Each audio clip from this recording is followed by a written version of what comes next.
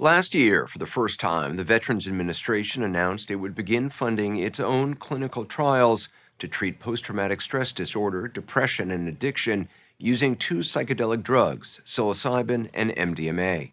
Even if these trials are successful, it would be years before the VA could prescribe either drug for its patients.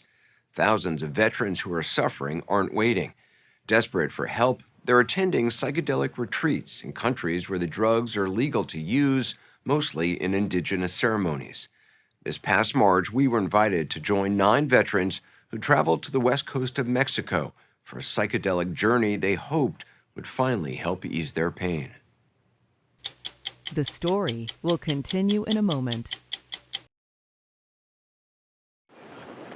They came to Mexico from all over the United States, a group of 9 veterans with invisible wounds that are hard to heal.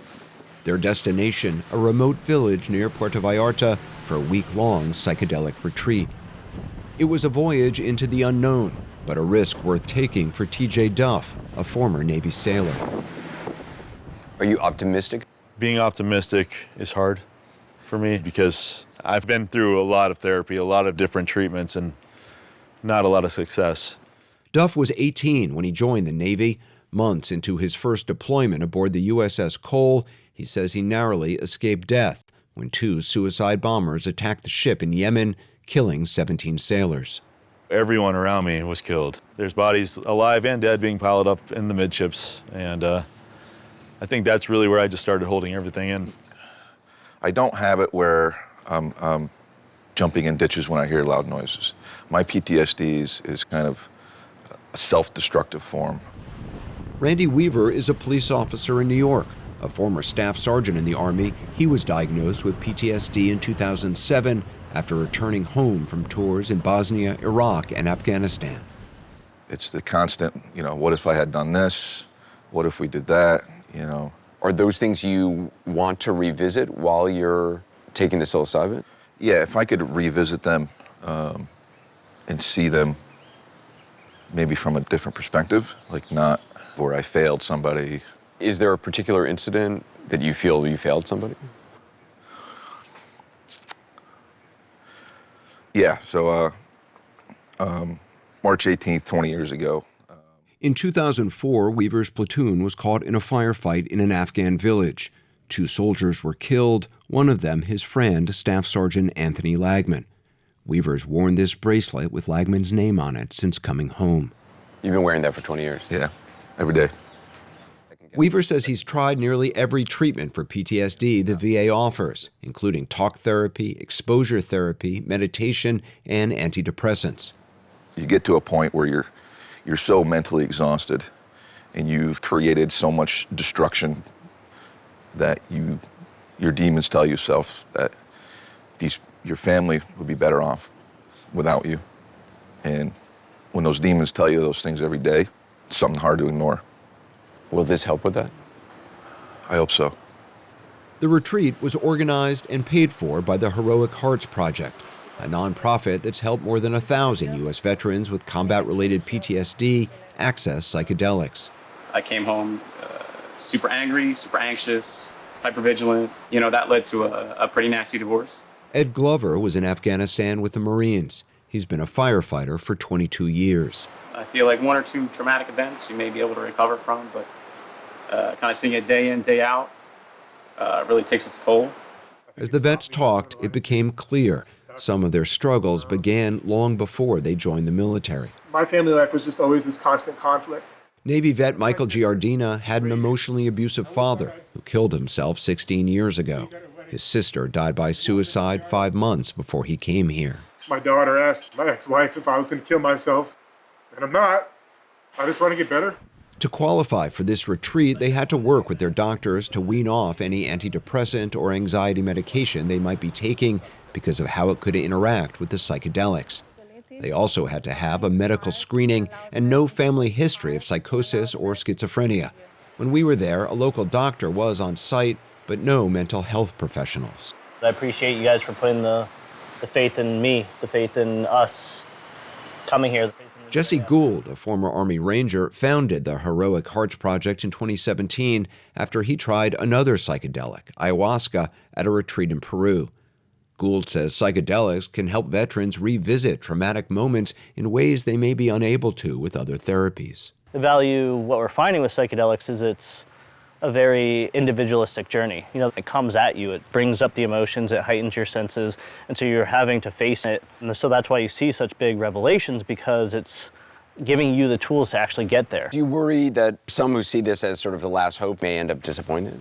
I worry that we're at the situation where people are having to go to other countries for their last hope. That indicates a major flaw in the system.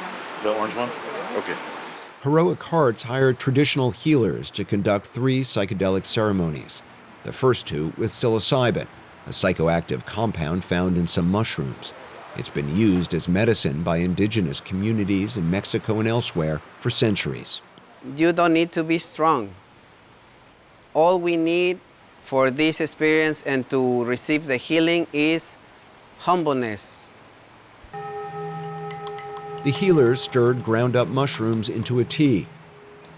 The vets drank it, put on blindfolds to shut out distractions, and lay down.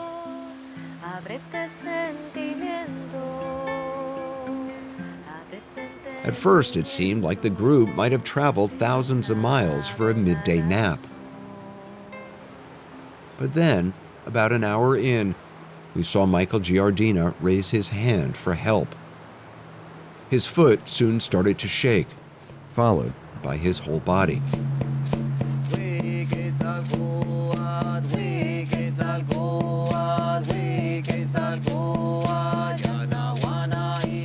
By hour 3, it was clear the psilocybin had kicked in. Randy Weaver and TJ Duff barely seemed to move, while firefighter Ed Glover appeared caught between rapture and deep sorrow. When you let go of fear, the truth will appear, so simple and clear. 5 hours later, when the psilocybin began to wear off, the vets removed their eye masks and found the heat of the afternoon sun. The next day, the group gathered to discuss what they'd gone through. It literally felt like an exorcism. My foot was going crazy. I could kind of feel like my body was convulsing. I felt like I was taking every last breath of any victim, patient, or friend that I had lost. So I really struggled to breathe yesterday.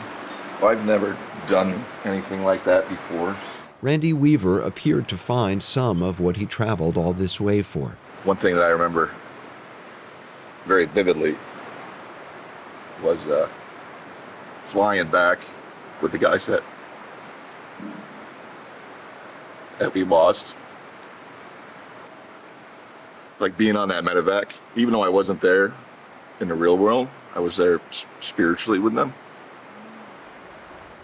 TJ Duff, however, found it unsettling and at times scary. I've heard a lot of your guys' stories, and I did not get as immersive as you guys did. I'm kind of glad I didn't, honestly, because I was kind of afraid of that. But That night, Duff took part in another psilocybin ceremony, but the next day he left. He later told us the whole experience caused a dangerous decline in his mental health. He's now back on antidepressant medication. The last ceremony of the retreat was with 5-MeO-DMT, a powerful and fast-acting psychedelic secreted from a toad.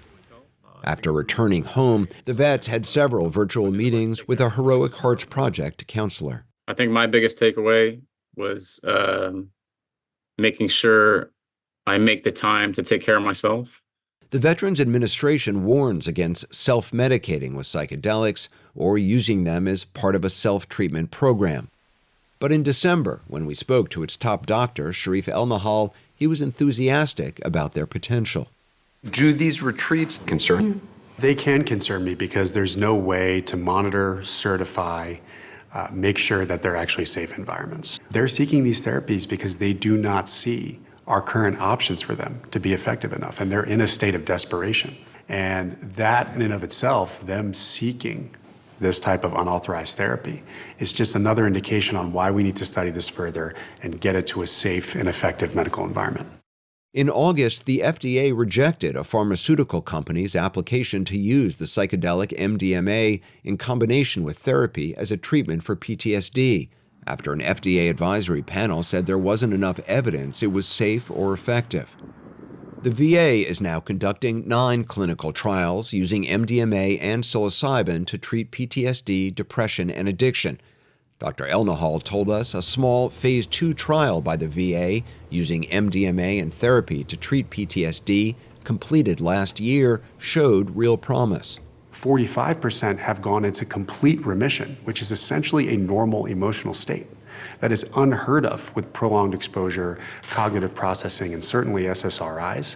The current standard of care options. Almost half of the people who came in with PTSD and did MDMA therapy at the VA were cured? Yes. So you have no doubt that this works? We need to do larger Phase 3 clinical trials. That's the best way scientifically to understand what the true adverse events are and whether we can reproduce these results in larger populations of veterans. I'm very optimistic we will be able to demonstrate that. How long do you think it will be before veterans can go to the VA and get this therapy? It could be another couple of years. The incoming administration is going to take, a pretty bold stance on this. What makes you optimistic that the new administration is going to be a believer in this? We've heard the nominee for HHS, Robert F. Kennedy Jr., talk about what he thinks the potential breakthrough therapy is.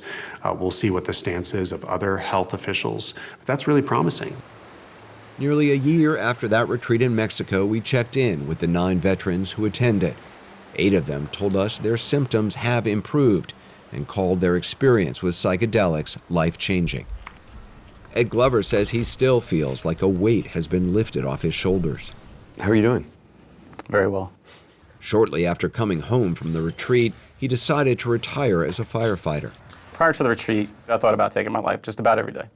I had a very close call. The note, the gun, that is no longer the case. You haven't had thoughts of killing yourself since then? Not one. And Randy Weaver says his suicidal ideations have stopped as well. I don't have any of those thoughts since going through this journey. That's remarkable. I would say, yeah.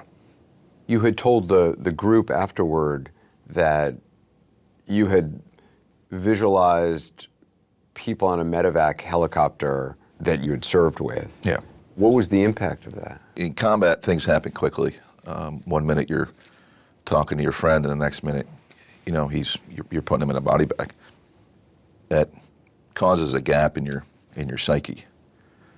So to be able to revisit those incidences, seeing those helicopters come back with friends, it brings a little peace to you.